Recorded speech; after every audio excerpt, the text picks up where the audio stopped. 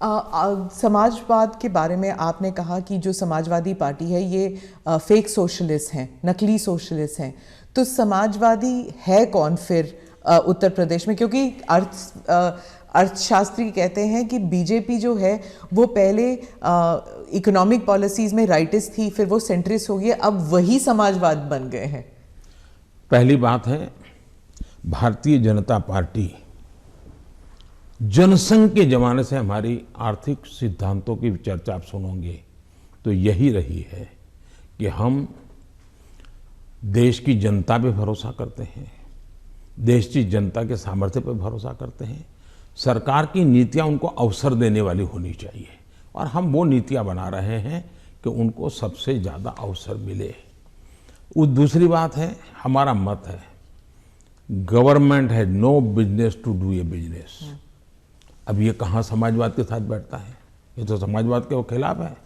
सरकार का काम है गरीब के लिए भोजन की चिंता करो, सरकार का काम है गरीब के लिए घर बनाओ, सरकार का काम है गरीब के लिए शौचालय बनाओ, सरकार का काम है गरीब को पीने का शुद्ध पानी दो, सरकार का काम है गरीब अगर बीमार है तो उसको इलाज की व्यवस्था करो, सरकार का काम है गरीब गांव-गांव तक कुछ रास्ते बनाओ, लोगों को जाने आने की सुविधा करो। सरकार का काम है कि हमारा देश का एग्रीकल्चर ताकत जो है विश्व के बाजार में कैसे पहुंचे, इसके लिए कुछ व्यवस्था करो। छोटे किसान उसको दरकिनार किया गया, उसकी चिंता करो। और मेरी प्राथमिकता यही है, मुझे लोगों को घर देना है, मुझे गरीबों को शौचालय देना है, मुझे गरीबों को धुएं से मुक्त करना है, मुझे गरीबों को घर में शुद्ध पीने का पानी पहुंचाना है, मुझे गरीब के बच्चों को पढ़ाना है। अगर कोई इसको समाजवाद कहता है तो मुझे ये समाजवाद मंजूर है, तो क्योंकि मैं समाज के लिए हूं। लेकिन मैं जो चर्चा करता हूं नकली समाजवाद, वो ये है, ये पूरी तरह परिवारवाद है। लोहिया जी का परिवार कहीं नजर आता है क्या? वो भी तो समाजवादी थे। जॉर्ज फर्नांडिस का परिवार नजर आता है क्या? वो भी समाजवादी थे। नीतीश बाबू हमारे साथ काम कर रहे हैं, वो भी तो समाजवादी हैं। परिवार कहीं नजर आता है क्या? ये समाजवादी लोग हैं। लेकिन ये लोग देखिए, पूरा परिवार, मुझे एक बार किसी ने चिट्ठी भेजी थी, मैं तो भूल गया आज, उन्होंने कहा कि इनके परिवार से, ये सपा जो है उत्तर प्रदेश का, 45 लोग ऐसे थे जो किसी न किसी पद पर थे। एक ही फैमिली के 45 लोग। और किसी और ने मुझे कहा कि उनके पूरे परिवार में 25 साल की उम्र के करीब करीब सभी व्यक्ति को चुनाव लड़ने का मौका दिया गया है। क्या ये परिवारवाद का लोकतंत्र के लिए खतरा है? इसलिए मैं कह रहा हूं। तो अखिलेश और जयंत दोनों कहते हैं कि परिवारवाद सिर्फ उनकी पार्टी में नहीं, आपकी पार्टी में भी है। राहुल गांधी भी कहते हैं कि परिवारवाद से जुड़े मतलब सेकंड जनरेशन लीडर्स तो आपकी पार्टी में भी हैं। बहुत फर्क है। ये फर्क, अच्छा सवाल पूछा आपने, मैं थोड़ा विस्तार से जवाब दूंगा, बुरा मत मानिए। लेकिन देश की जनता को मैं झूठ के सामने सत्य समझाना चाहता हूं। एक परिवार से अनेक लोग जनता के बीच में जाएं, एक परिवार से 2 लोग जाएं, 3 लोग जाएं और जनता उनको चुनाव करके भेजे, वो एक राजनीति का पहलू है। लेकिन दूसरा, एक परिवार के लोग ही उस पार्टी के अध्यक्ष बने, उस पार्टी के ट्रेजरर बने, उस पार्टी का पार्लियामेंट्री बोर्ड बने। पिताजी अगर नहीं कर सकते हैं तो बेटा अध्यक्ष बने, बेटा नहीं कर सकता है और बूढ़ा हो गया है तो उसका बेटा अध्यक्ष करे, पिता नहीं रहे तो पुत्र करे। ये जो विरासत और वारसा बारिश के रूप में चल रहा है, डायनेस्टी के रूप में चल रहा है, कोई डायनेमिक्स है ही नहीं, ओनली डायनेस्टी। ये जब बनता है, पार्टी परिवार की बन जाती है। और आप देखिए हिंदुस्तान की बर्बादी कहां से हो रही है। जम्मू कश्मीर से शुरू करिए, 2 पार्टियां मेन रही वहां, दोनों परिवार की पार्टियां हैं। अभी तक उसका कोई नया नेता देखा ही नहीं। आज देश में जो 18 से 40 साल की उम्र के लोग हैं, उन्होंने इन पार्टियों के जितने नेता देखे, एक ही परिवार के देखे हैं। दोनों पार्टी, पंजाब में देखिए परिवार वाली पार्टी, आप हरियाणा में देखिए परिवार की पार्टी, उत्तर प्रदेश देखिए परिवार की पार्टी, झारखंड देखिए परिवार की पार्टी, आप तमिलनाडु में जाइए परिवार की पार्टी। ये परिवार ही पार्टी चलाता है, परिवार जो चाहे उनका भला। ये लोकतंत्र के लिए बहुत से बड़ा खतरा है। एक पार्टी के दो लोग अगर एमएलए बन गए, एमपी बन गए, तो वो पार्टी परिवार की नहीं बनी है। और ये दोनों को फर्क समझना होगा।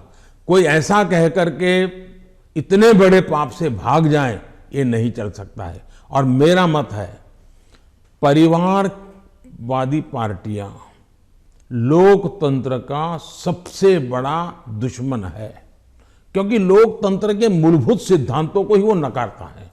दूसरा, जब परिवारवादी राजनीति चलती है, परिवार ही सर्वोपरि होता है। परिवार को बचाओ, पार्टी बचे या न बचे, परिवार को बचाओ, देश बचे या न बचे, ये जब होता है तब सबसे पहले कैजुअलिटी कौन सी होती है? परिवारवादी राजनीति में कैजुअलिटी कौन सी होती है? बेटा जैसा भी होगा लेकिन वही अगला अध्यक्ष बनेगा। तब सबसे बड़ी कैजुअलिटी टैलेंट की होती है। और सार्वजनिक जीवन में जितनी ज्यादा अधिक टैलेंट आए बहुत जरूरी है। इसलिए राजनीतिक दलों का लोकतांत्रिकरण ये बहुत आवश्यक है। परिवारवादी पार्टियां नए अच्छे नौजवानों को राजनीति से आने से रोकते हैं। मान लीजिए कोई नौजवान है जिसको भारतीय जनता पार्टी में नहीं जाना है, लेकिन बाकी कहीं पर उसको जगह ही नहीं है, कहां जाएगा? क्योंकि बाकी में तो है भाई उसके परिवार का मैं नहीं हूं, तो थोड़े दिन तो मेरा उपयोग होगा, बाद में मुझे फेंक देंगे। मैं उनके काम आऊंगा तब तो चलूंगा, लेकिन मैं राज्य की भलाई के लिए काम करूंगा तो मैं नहीं चलूंगा। सब नौजवान डर रहे हैं सार्वजनिक जीवन में आने से।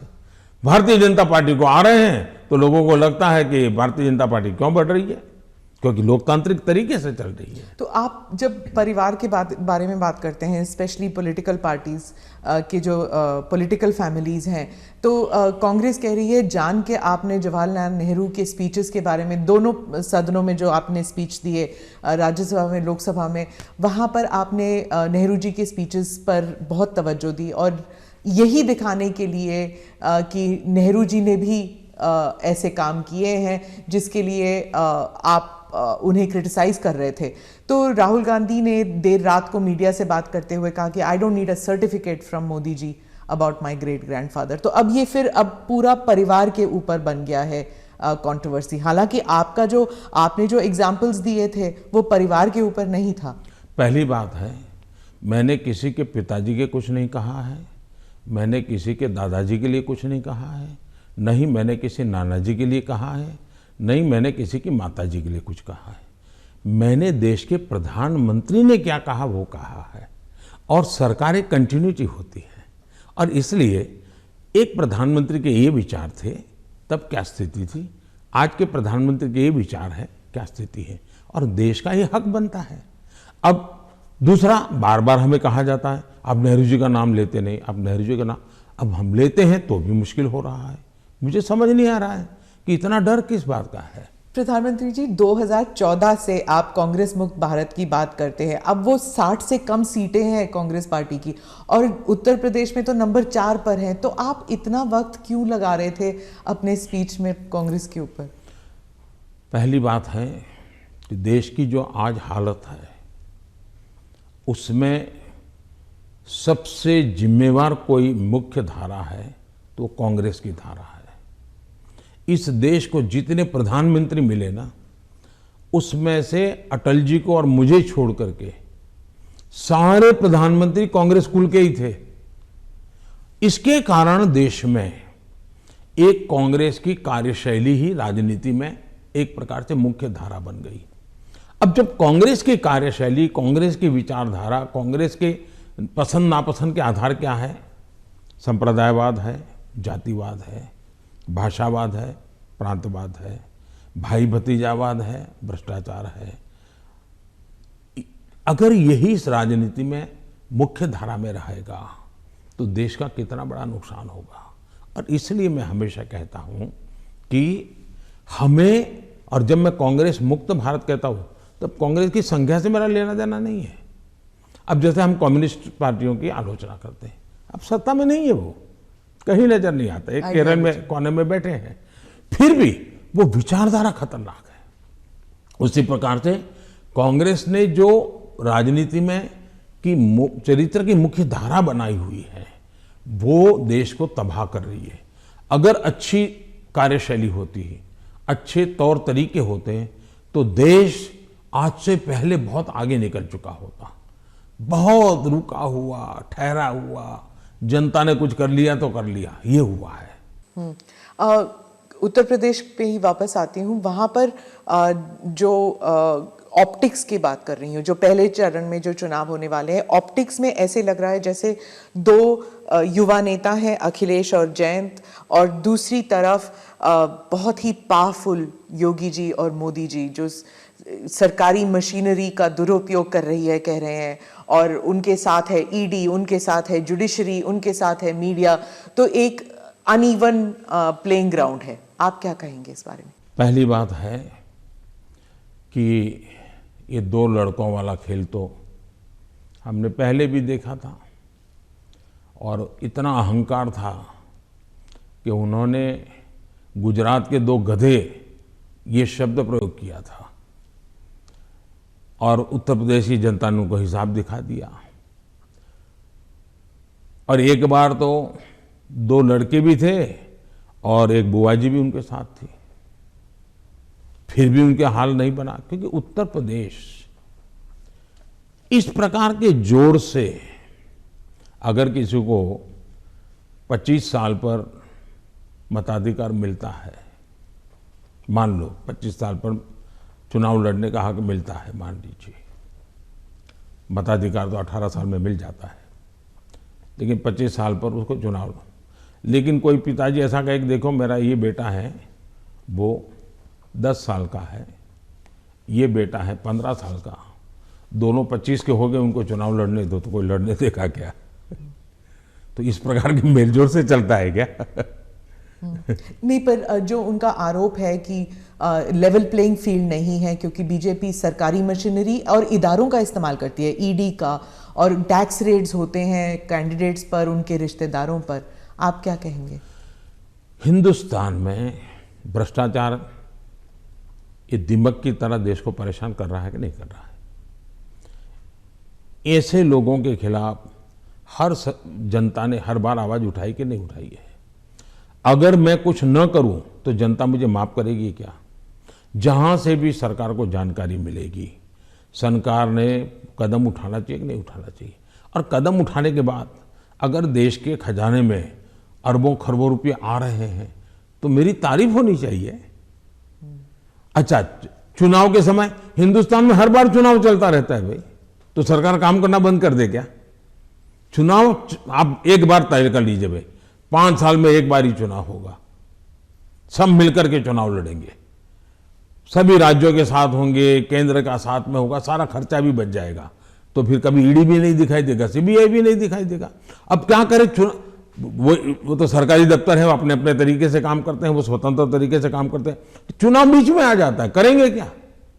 वो तो अपने टाइम टेबल से चलते रहते हैं, जहां से उनको जानकारी मिलती है करते हैं, सरकार का उसमें कोई रोल भी नहीं होता है। ये पहला चुनाव है किसान कानून वापस लेने के बाद चुनाव। जब आपने देश के नाम संदेश किया तो उस टाइम आपने कहा कि ये चुनाव से संबंधित डिसीजन नहीं था, आपने पूरे उस प्रक्रिया के बारे में बताया, लेकिन आपके समर्थक भी कह रहे थे that there was so much of personal capital. प्रधानमंत्री जी शायद कन्विंस नहीं कर पाए किसानों को कि ये देश हित में है, किसानों के हित में है, और उसकी वजह से आपके समर्थन भी जो हैं वो डिसअपॉइंट हो गए थे। तो क्या आप इसको एक व्यक्तिगत रूप में आप इसको एक हार मानते हैं? देखिए, मैं किसानों के दिल जीतने के लिए निकला हुआ इंसान हूँ।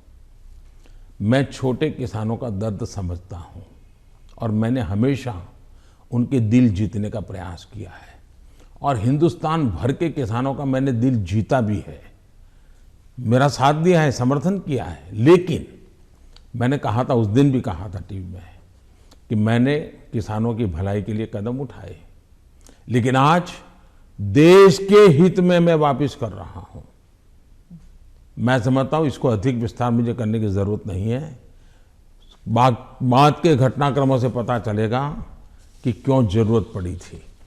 तो क्या आप एक डायलॉग करने के लिए फिर से तैयार हैं, किसानों को कन्विंस करने के लिए? इस देश के लोकतंत्र का ये सबसे पहला कर्तव्य बनता है, लोकतंत्र में जनप्रतिनिधि का और सरकार का, कि जनता के साथ संवाद करते ही रहना चाहिए। और हम लगातार करते हैं। हम कभी भी संवाद टूटना जिसके पक्ष में है ही नहीं। हर किसी को, मुझे भी सुनना चाहिए, मेरी सरकार को भी सुनना चाहिए और बातचीत करना ही चाहिए। बातचीत हमेशा होनी चाहिए और इश्यू पर चर्चा ना हो ऐसा नहीं है। जैसे हम बजट के पहले बजट कैसा बने हद से क्यों पूछते, किसानों से भी पूछते हैं कि बजट कैसा बनना चाहिए, उनके विचार लेते हैं। ये हम तो मानते हैं कि सब कुछ ज्ञान बाबुओं के पास है और नेताओं के पास है, ऐसा हम नहीं मानते। हमारे देश के पास, हर नागरिक के पास अनुभव है, हर नागरिक के पास ज्ञान का भंडार है। हम तो सबसे संवाद करना चाहते हैं, सबसे सीखना चाहते हैं, सबके सुझावों के आधार पर हम चलना चाहते हैं।